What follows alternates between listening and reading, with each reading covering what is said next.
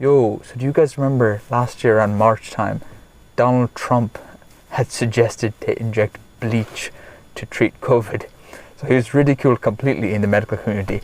And nobody really takes him seriously there anyway. And no one takes him seriously in public, but he was heavily ridiculed in public as well.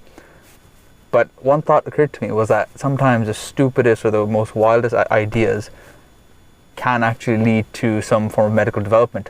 Like penicillin itself was something crazy that Alexander Fleming had just left out like a petri dish by accident, and that had grown some fungus that he then used to treat some small bacterial infections, and that is now like a massive mainstay of treatment that we use today. So I thought maybe bleach could be something that has been that could prove to be useful. So I started Googling, and there are actually so many instances of bleach being injected into veins, and there's so many case reports. There's actually like a systematic review that I saw as well, but it was all mainly dental related. I don't know, they maybe use bleach on a more regular basis than we do as medics, but I found that absolutely mind-boggling. And one thing I noticed was that apparently drug users use bleach to clean their needles, not on the outside, but they also give it an intravenous flush of bleach to clean the needles. Apparently it like lowers the rates of HIV. So clearly intravenous bleach can be tolerated, which was, that in itself blew my mind. I don't know much about injecting drugs, well, not into myself anyway, but that just sounds absolutely crazy. Wow, who came up with the idea of injecting bleach, right? But I also saw this interesting case report. This is from like the 1990s, early 1990s, where a 70-year-old-ish man showed up to the hospital, bit of neck pain, fever, lethargy. Fever, lethargy these days would automatically, you'd be thinking COVID, but back then obviously that wasn't the case. And he was found to have a listeria infection, and I think they were treating him for a meningoencephalitis, something of that nature.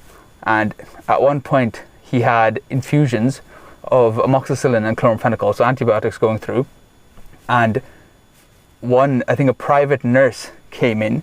She was meant to change his infusion bags, and instead of putting up the antibiotics, or maybe instead of putting up some regular fluids, she put up cleaning bleach that was used for pressure sores. This man had a 1-hour infusion of bleach. Well, it wasn't the household bleach. That's around 5% sodium hypochlorite. This was around 1%, but still, that's about 1/5 of the potency, or 1/5 of the concentration of regular bleach. But he had that going for an hour into his vein. So obviously someone found out that, this bottle of bleach shouldn't be hanging up here and going into someone's veins. They took that off and they examined him. So he had low blood pressure, he had a low heart rate, and his respiratory rate was through the roof. But he was alive, and he wasn't dead. And he was, at that point, I think they flushed his kidneys. So they flushed the entire thing out of his system. So they gave him a boatload of fluid and gave him a load of Fruzy as well, just to flush everything out. And he lived. He got better. His meningoencephalitis got better, and he ended up being discharged about 2 months afterwards, which is fair enough. Even with the meningoencephalitis, without having a bleach infusion, that is obviously quite a serious condition.